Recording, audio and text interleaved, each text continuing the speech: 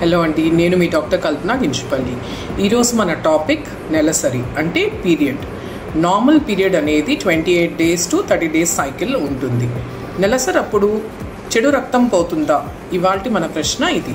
నెలసరిని 2 భాగాలుగా విభజిస్తే గనక మొదటి భాగంలో ఎగ్ అనేది సైజ్ కొంచెం పెద్దదిగా అవుతూ ఉంటుంది, లోపల పొర కూడా పెరుగుతూ వస్తుంది. అదే రెండో భాగంలో ఎగ్ రిలీజ్ అయిన తర్వాత లోపలి పొర పెరుగుతూ ఉంటుంది.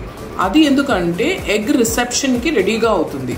కానీ ప్రెగ్నెన్సీ రాని పక్షంలో సడన్గా ప్రొజెస్ట్రాన్ హార్మోన్ పడిపోవడం వలన మనకి పీరియడ్ వస్తుంది. సో ఇప్పుడు మన క్వశ్చన్ ఏంటి, నిజంగా ఇది చెడు రక్తమా అంటే కాదండి.